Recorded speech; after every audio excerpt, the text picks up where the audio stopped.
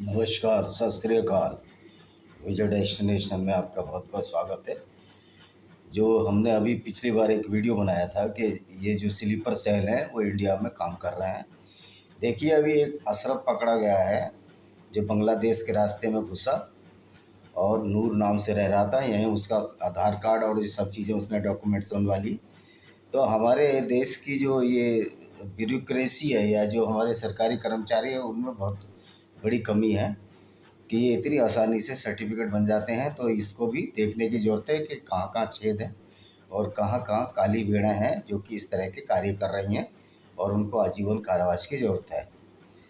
अभी जो आसाम में घटना हुई उसके बारे में भी ये कहा गया कि हेमंत विश्व शर्मा ने गलत किया है। और ये किसने कहा? जो इनका एक ग्रुप है मुस्लिम कंट्रीज़ का, उसने एक बैठक की और कहा गया उनको बोलने की कोई ज़रूरत नहीं है। पहले वो अपने गिरेबान में झाँकें, उनके इस्लामिक कंट्रियों में क्या हो रहा है और क्या उनका इस्लाम कहता है। उनका इस्लाम तो ये कहता है कि जज़िया लगा दो, जो कि एक गुंडा रंगदारी टैक्स होगा आज की भाषा में। तो रंगदारी ये वसूलने वाले लोग और कातिल, इनको काफिरों को मारने वाले कातिल हत्यारे और उनकी स्त्रियों के साथ बलात्कार करने वाले, जैसे कि इतिहास में पढ़ सकते हैं आप, ये लुटेरे, रक्त पिशासु, ये बलात्कारी लोग और ये बलात्कारी लोग जो है और दूसरों के मकानों को गिराने वाले, उनको कब्जा करने वाले लोग, ये सलाह उन लोग उस धर्म वालों को दे रहे हैं जो कि ये कहता है कि वसुधैव कुटुम्बकम, यानी कि सारी पृथ्वी ही एक हमारा संसार है और सर्वते भवतु निरामया सर्वते भवतु सुखामया। और जो कि सारे संसार में सब सुखी हों और सारे सारे निरोगी काया के हों। तो इस तरह की भावना जिस जिस सनातन कल्चर में है उसको ये समझाइश देने चले हैं ये गुंडे बदमाश और बलात्कारियों के वंशज के। ये जो है इंडिया में हेमंत विश्व शर्मा जी ने गलत किया है। हमने कोई गलत नहीं किया, ना हेमंत विश्व शर्मा जी ने क्या गलत किया है। ज़बरदस्ती ज़मीन कब्जाने के वाले लोग, जो कि जिनकी इन किताबों में ही लिखा है कि दूसरे की ज़मीन कब्जा लो, दूसरों को वहाँ से खदेड़ दो, अगर वो तुम्हारे धर्म को नहीं मानता, ये कुरान में लिखा है। तो वो लोग हमको सलाह दे रहे हैं, सनातन वैदिक धर्मियों को सलाह दे रहे हैं कि आपने बहुत गलत किया जो उजाड़ा। अरे लुटेरे, बलात्कारी और काफिरों को मारने वाले और दुनिया को लूटने वाले, पारसी धर्म को बदनाम करने वाले दरिंदों के ये वंशज, ये हमको सलाह दे रहे हैं कि आपको ये करना है। तो ऐसे ये तो उसी तरह हुआ जैसे चोर ये बोल दे कि चोरी करना गलत है।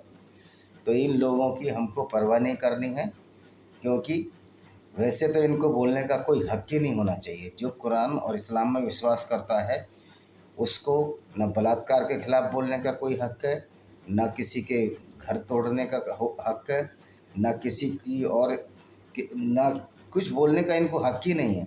ये बेगैरत लोग हैं जो अभी ये सम्मेलन कर रहे थे इस्लामिक कंट्री वाले, ये बेगैरत लोग हैं, इनको बोलने का ज़रूरत नहीं है। ये खुद लुटेरे, कातिल और बलात्कारी हैं। ये दूसरों को क्या सलाह देंगे? रंगदारी टैक्स जजिया वसूलने वाले लोग आज ये कह रहे हैं कि हेमंत विश्व शर्मा ने गलत किया है। अरे आप अपने को सुधार लीजिए। अब वो दिन दूर नहीं कि आपको इसी तरह मुंह तोड़ जवाब दिया जाएगा।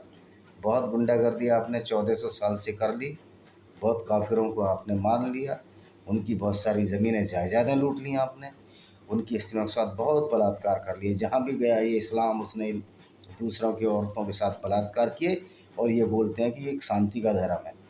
ये शांति का धर्म किस तरह से? अगर यही शांति है तो फिर अशांति और अधर्म क्या है, ये भी हम इनसे पूछना चाहते हैं। दूसरी बात यह है, अभी जो आर्यन खान के केस में बहुत सारे लोग आ रहे हैं, ये सलमान खान भी उनको सपोर्ट कर रहा है, उसका बुढ़ा बाप सलीम भी वहाँ पर गया। मन्नत जो इसने बनाई है, जो लूट के पैसे से, ट्रक के पैसे से बनाई है और हमारे हिंदू भाइयों का, गरीबों का खून चूस चूस करके, कि हम इनकी फिल्में इसलिए देखने जाते थे। पर्सनली तो मैं कोई फिल्में इनकी देखता नहीं हूँ ना, और किसी तरह की फिल्में भी नहीं देखता मैं जो कार्य करता हूँ वो करता हूँ जो देश के काम आए। तो इनकी फिल्में देखने जाने वाले हमारे हिंदू भाई, और ये उसके घर गया, मन्नत मन्नत में गया, जो इसकी मन्नत है, जो इसके बंगले का नाम है, तो ये सलमान खान तो खुद एक कल्प्रिट और ये आतंकवादी है, क्योंकि इसके आतंकवादियों से संबंध है। अगर इसके दाऊद इब्राहिम से संबंध ना हो तो कहना इसकी ब्रेन मैपिंग कराई जाए तो इसके दाऊद इब्राहिम से संबंध निकलेंगे। बहुत सारे ये खान गैंग, पूरा का जो खान गैंग है, ये ऐसा गैंग है जो कि हिंदुओं से नफरत करता है और इस्लामाइजेशन करने में लगा हुआ है। तो मैं इसको बताता हूँ इस्लाम है क्या चीज़। इस्लाम कुछ नहीं है, इस्लाम एक फूटता हुआ गुब्बारा है। 610 में एक ऐसा, इसने 610 में जो एक रसूलुल्लाह जी आए, उन्होंने एक ऐसा एक पाथ, एक रास्ते का निर्माण किया जिसने कि नफ़रत फैला दी, पूरी दुनिया को दो हिस्सों में बांट दिया, काफिर और मुस्लिम से। तो ये उसी धर्म को मानने वाले लोग हैं। तो ये लोग जितने भी खान ब्रदर्स हैं, ये वही होंगे जो इनके कुरान और इस्लाम में कहा गया हो। कहते हैं कि कुत्ते की पूंछ को अगर 12 साल आप एक पाइप में भी डाल कर रखो तो कभी सीधी नहीं होती। ये कभी सीधे होने वाले नहीं हैं। ये छोटा शकील, फलाना शकील, ढिकाना शकील, ये सारे लोग जो हैं ये 5 वक्त की नमाज़ पढ़ने वाले हैं। और आप याद करो कि जब विस्फोट हुए थे, एक रेगुलर विस्फोट, कंटिन्यू विस्फोट हुए थे, लगातार धमाके बॉम्बे हुए थे, तो दाऊद इब्राहिम ने कराए थे और उस time chief minister Sharad Pawar थे। और शरद पवार ने एक अफवाह फैलाने की कोशिश की कि एक बम धमाका मस्जिद में भी हुआ है, जिससे ये लगे कि धमाके इन इस्लामिक गुंडों ने नहीं कराए हैं। यद्यपि मस्जिद में कोई धमाका नहीं हुआ था। तो ये शरद पवार बहुत बड़ा एक माफिया है और ये इन जिहादियों से मिला हुआ है। तो दाऊद इब्राहिम को भगाने में शरद पवार का भी हाथ था, अहमद पटेल जो अभी मर गया है उसका भी हाथ था। तो ये लोग, मैं कहता हूँ शरद पवार की भी जांच होनी चाहिए और इस पर कानून का शिकंजा पूरा। क्या अगर कोई व्यक्ति एक बार चीफ मिनिस्टर रह चुका है, 2 बार चीफ मिनिस्टर रह चुका है, तब क्या वो कानून से ऊपर है? तो इसको भी पकड़ना चाहिए। और बहुत सारे पुलिस वाले भी होंगे जो दाऊद के रोल पर थे, हो सकता है कुछ रिटायर भी हो गए हों, उन सबकी छानबीन होनी चाहिए, उनको सबको अंदर करना चाहिए। मोदी जी, पब्लिक आपके साथ है और आप इस बात की बिल्कुल चिंता न करें कि आप दोबारा, बीजेपी अभी 20-25 साल ये सत्ता में लगातार आती ही रहेगी अगर ऐसे ही कार्य करते रहें। और दूसरी बात है कि ये जो सलमान खान गया और उसका बापू गया, उसका बापू सलीम खान, ये जो बापू गया, ये देखिए इतने बेगैरत और ये नामर्द लोग हैं। इनके घरों में पत्नियां हिंदू हैं, इसकी सलीम खान की बीवी भी हिंदू है, लेकिन ये उनके अच्छी विचारधारा को नहीं ले पाए कि हिंदुओं में वसुदेव कुटुंबकम इस तरह की बातें होती हैं, और बजाय उसके ये उसी चीज़ को फॉलो कर रहे हैं जो इनको सूट करती है।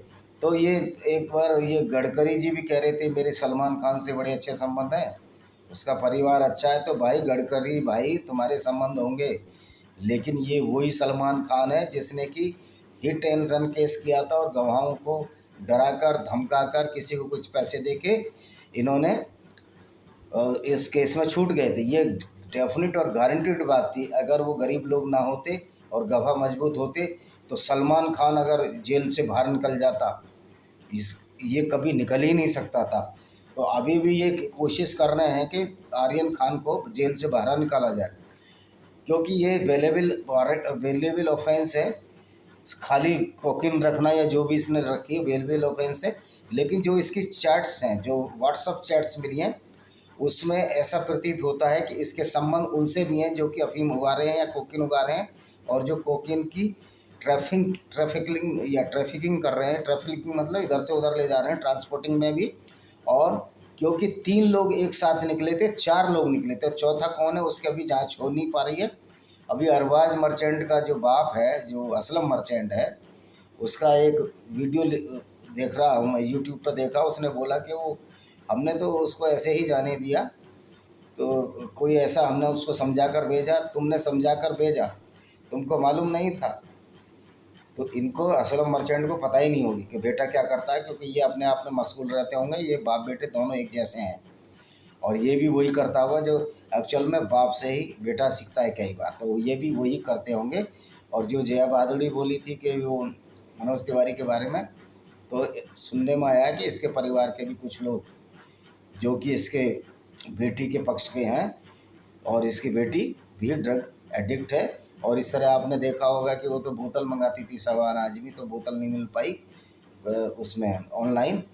तो ये इस तरह के लोग हैं, ये बेतल पिए कुछ भी पिए, लेकिन ये ड्रग लेकर और ड्रग को जो सप्लाई करके ये सारे पी के मर जाएं, हमको कोई मतलब नहीं है। ये जो हमारे हिंदू और सनातन धर्म और हमारे कल्चर को बर्बाद कर रहे हैं, ऐसे लोगों पर सख्त कार्रवाई होनी चाहिए।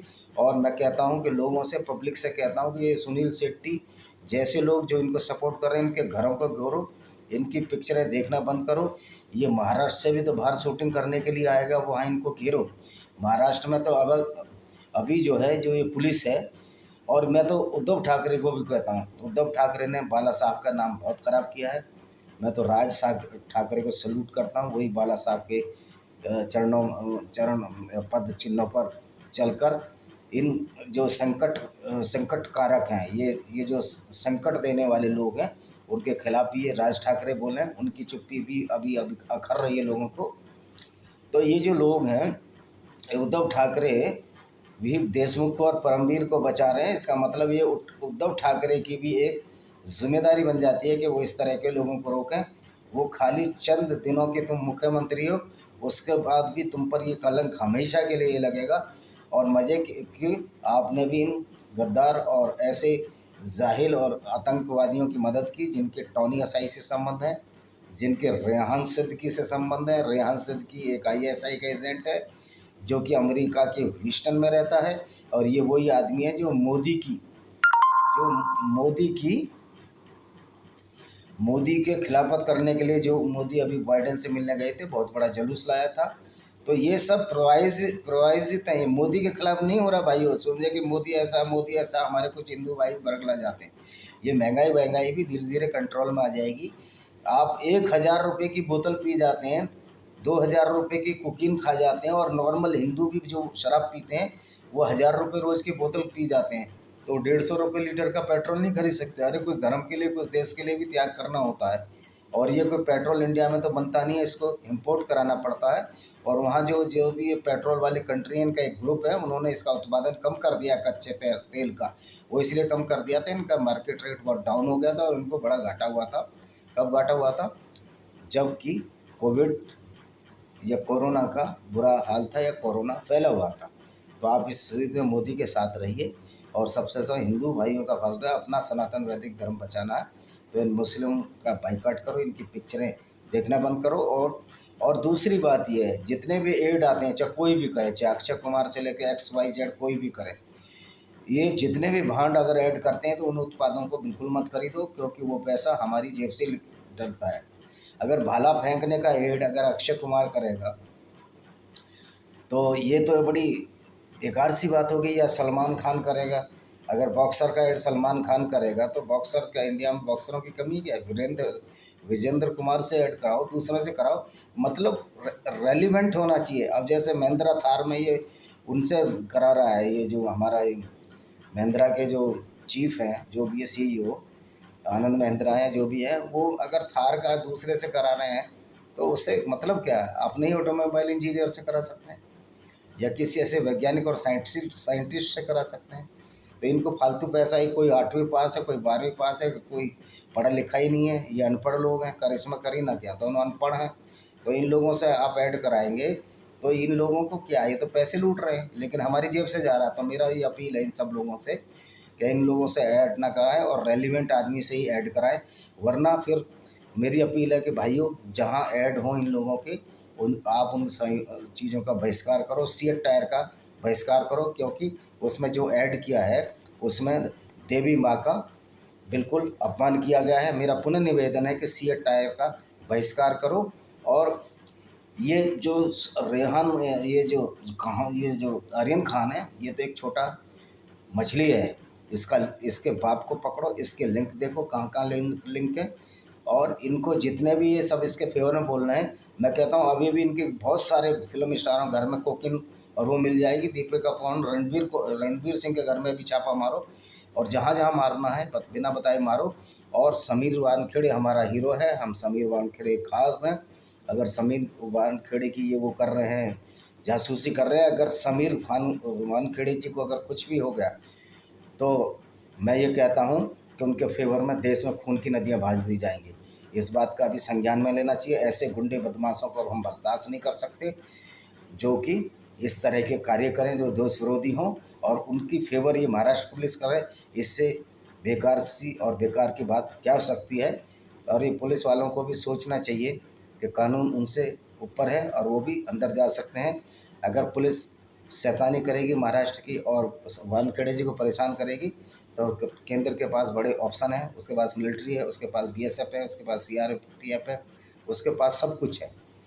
तो मेरा यही निवेदन है, उद्धव ठाकरे जी आप भी बाला ठाकरे साहब की इज़्ज़त करो। हम उनकी इज़्ज़त अभी तक कर रहे हैं, आप तो उनको सुपुत्र हो, आपका भी कुछ हक बनता है।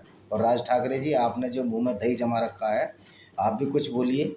आप खाली बस यूपी बिहार के लोग पहुंच जाते हैं, उनकी वो करते रहते हो। आपके खुद पूर्वज जो है मध्य प्रदेश या यूपी से गए हुए हैं। तो मैं इन के साथ में अपना वीडियो को विराम देता हूँ। और boycott these Khan gangs because these are the anti national. इनकी फिल्म मत देखो। नमस्ते, वंदे मातरम।